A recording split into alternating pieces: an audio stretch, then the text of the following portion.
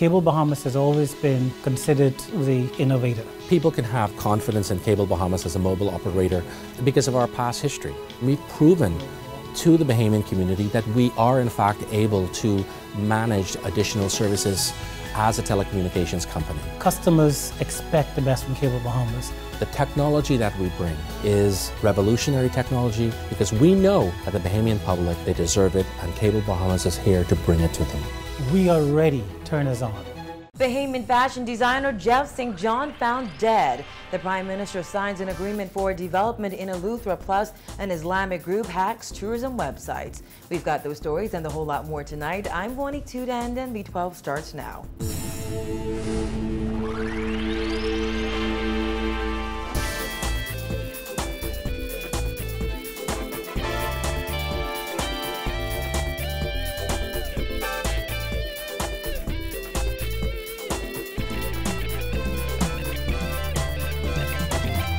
Topping news tonight, popular fashion designer Jeff St. John was found naked in a Collins Avenue home that was set afire early this morning.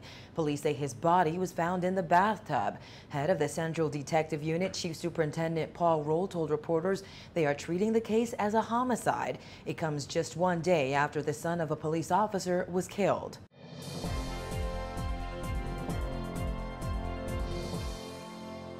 Firefighters raced to this home on Collins Avenue around 6:30 this morning after receiving reports of a fire. Roll says after officers extinguished the blaze, they discovered fashion designer Jeff St. John's body in the bathtub. Our officers visited the scene as well, and we noticed that this male has some apparent injuries to the face. However, Roll said John's body was not burned. He said police are treating the case as a homicide. It seems as though persons may have broken into the residence in order to gain entrance. And so we do appeal, as I say, to persons who have any information to reach out to us. Roll said it is unclear whether intruders set the house on fire to cover up the crime. However, he noted that it is a possibility, adding the house was obviously set on fire. It's still early. We're investigating all of those circumstances as to how that fire got started. What is significant and important is the fact that this individual had injuries. And obviously there has to be injuries to the face. And obviously we need to have an autopsy to determine the cause of death. Born Jeffrey Johnson, Jeff St. John made a name for himself in the fashion industry and was often commended for his original and vibrant pieces. St. John was the only Bahamian to receive a Seal of Excellence award at the Islands of the World Fashion Week's debut in November 2008. Longtime friend Elaine Pinder said she was shocked to learn of his death. It was just disbelief. I just could not believe that a person like Jeff, who is so full of life and so creative, something like that could possibly happen. I was just in disbelief.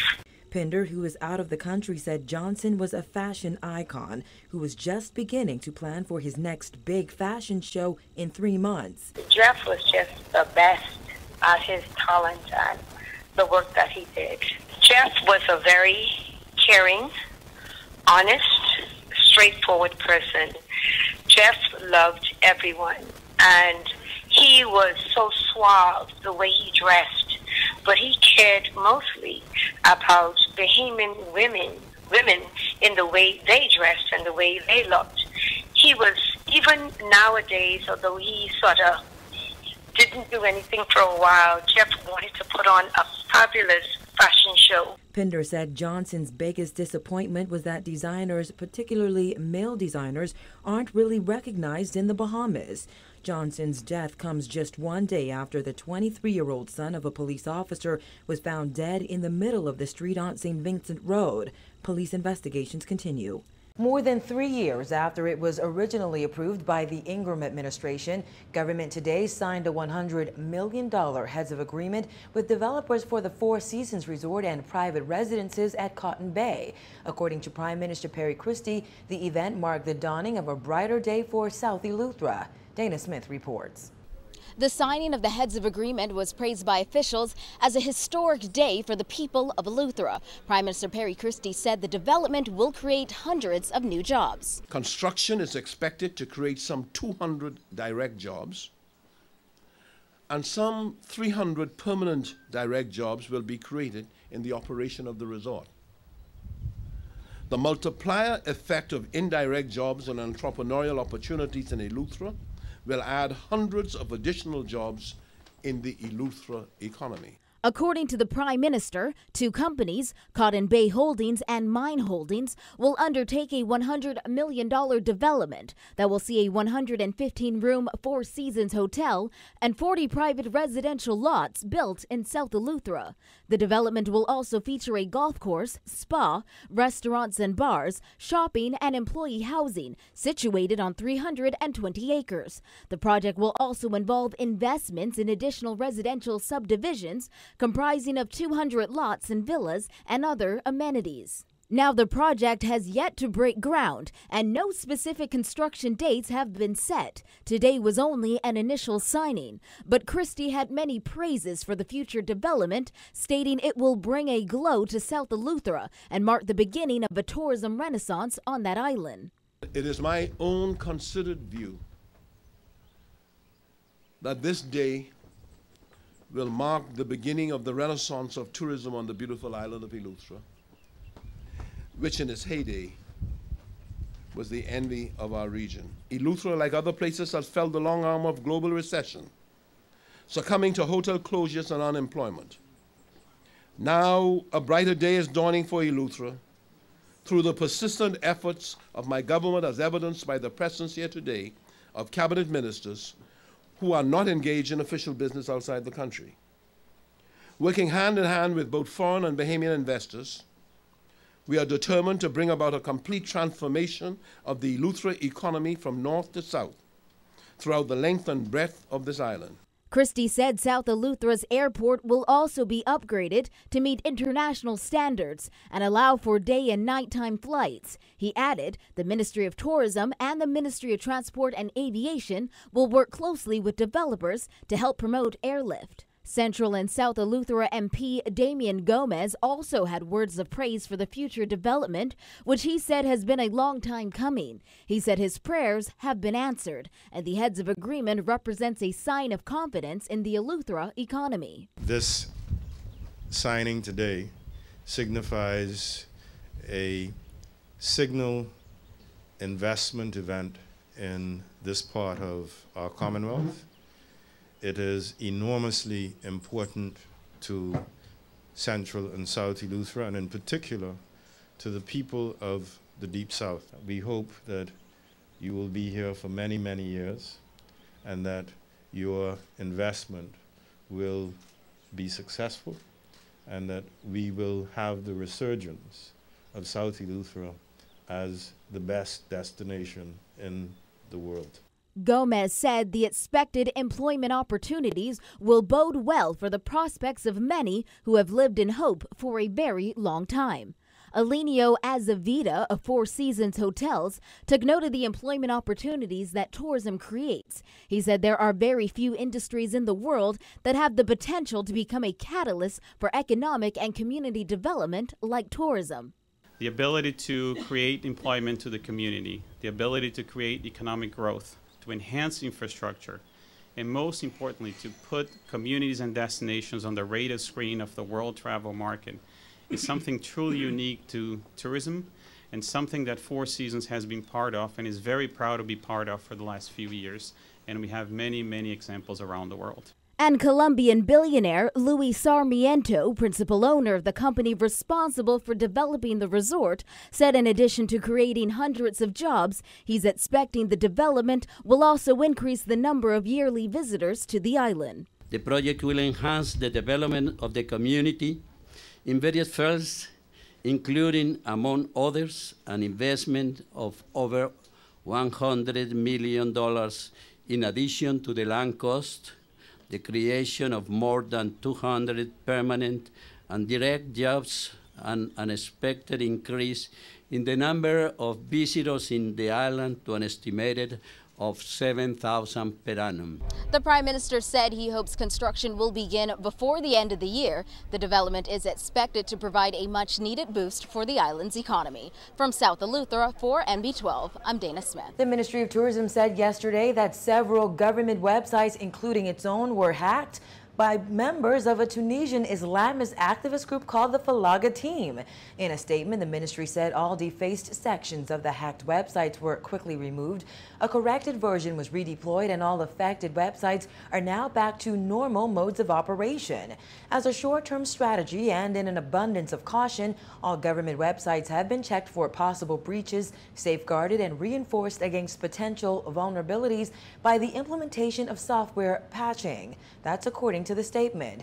Government intends to establish a permanent private-public sector committee that will meet regularly, conduct regular audits of public internet infrastructure, and advise government on matters of cybersecurity so as to inform public policy going forward. The statement said Bahamas.com and BahamasFilm.com were among the websites hacked. According to its Twitter page, Falaga Team has hacked Tunisia, Israeli, and French websites and has 60 members. Tourism Minister Obi Wilcombe said yesterday that such hacks can cause serious disruptions to government operations, to national trade and commerce, and can sometimes cause serious harm to the country's international reputation. Minister of State for Legal Affairs Damian Gomez says he has received some comfort from Attorney General Alison Maynard Gibson's recent statement on missing extradition files. 1 week after it was reported that multiple extradition files were missing, Maynard Gibson sought to reassure the public that the matters are receiving full attention. However, she did not specifically address the missing files. Gomez says his efforts to have the matter addressed have helped. Of course, yes. And did you get any comfort at all from the AG's statement yesterday on extradition files? Some. What comfort did you get from it? Well, obviously what I've done has helped. National Review revealed on May 4th that the file for a group of men represented by Gomez while he was a defense lawyer is among extradition files that cannot be located. Two of the men involved, Austin Knowles and Nathaniel Knowles, are not only Gomez's former clients, but they are also his constituents. His former clients have been on bail for more than a decade. Gomez says he has spoken with them since the issue was made public. Only in relation to making sure that they got the files to their attorneys. Gomez said he offered his resignation to Prime Minister Christie on April 24th after he learned the file of his former clients could not be located. He said it was the right thing to do to protect the reputation of the AG's office. However, Gomez said Christie did not accept his resignation.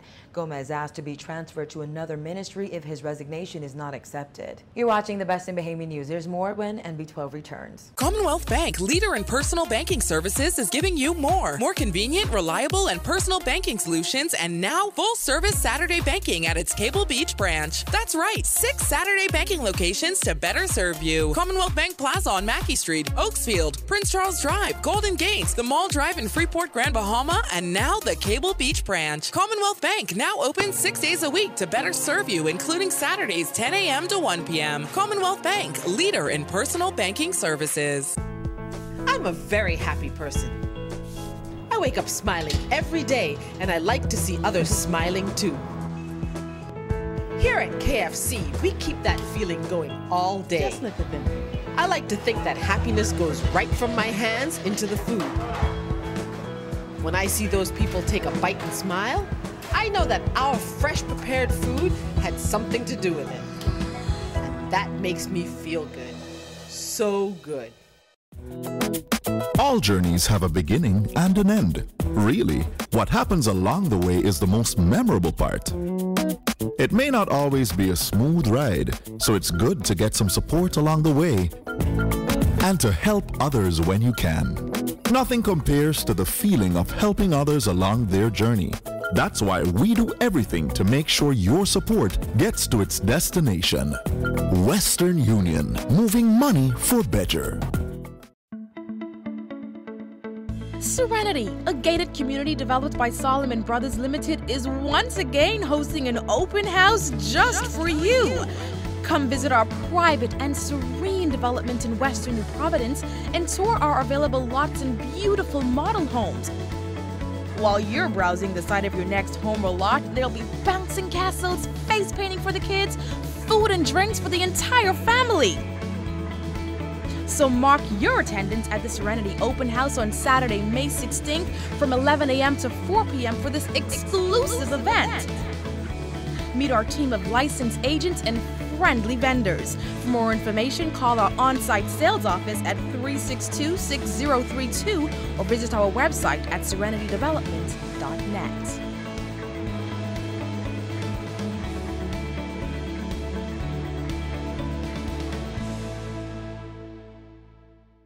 Welcome back. Tourism Minister Obi Wilshcombe says after a successful turnout for the inaugural Bahamas Junkanoo Carnival, Carnival is here to stay. Wilshcombe said with little tweaking, Carnival will be used as a marketing tool for the Bahamas. Simone Davis tells us more. Although the idea of Bahamas Junkanoo Carnival was initially frowned upon by many, Wilshcombe said after 2 years of planning the festival and the many setbacks the government experienced during that time, after its success, he's encouraged to host the event every year in the Bahamas. At the moment, there's a postmortem that is to take place during the course of the week. It'll last obviously several days and perhaps a week or two. To look at all that took place, a review of the entire 2 years of preparation and the execution. Certainly the relationships that have now been developed as a result in the Bahamas, outside of the Bahamas, all are going to be pursued, and we'll look at how to improve upon what took place. The truth is it's here to stay. It's going to be on the calendar. Bahamians generally loved it. Wilshcombe also acknowledged that there could be some improvements in the production of Carnival, but he's generally pleased with the traffic the festival brought into the country. We have to improve upon it. It has to become a marketing tool for the Bahamas insofar as tourism is concerned, and so we have to look at our marketing efforts. But the numbers I saw insofar as the amount of hits the Bahamas and the reach the Bahamas might have had, more than 17 million people would have somewhere or the other outside of the Bahamas had access to information pertaining to the carnival. So great efforts have been made. Agreeing with officials in the Bahamas National Festival Commission, Wilshcombe said he believes that in 3 years, Bahamas Junkanoo Carnival would be the best festival in the region. Now, it's the first step. I think we're going to achieve much more over the next several days. In fact, I like what the Trinidadians have said, that in 3 years it could be a very prime carnival in the world community. So the truth is we have a lot to do, but let's look at where we've been and where we have to go. Prime Minister Perry Christie previously said the economic impact of the festival would be around $30 million. However, Festival Commission Chairman Paul Major recently projected that the economic impact could raise $60 million. Wilshcombe said he's still waiting on the official numbers showing the economic impact to be revealed by the Bahamas National Festival Commission in about 17 days. Reporting for NB12, I'm Simone Davis. Firefighters are said to be battling health complications after working feverishly to extinguish a fire at the abandoned City Meat Market warehouse on Thursday afternoon.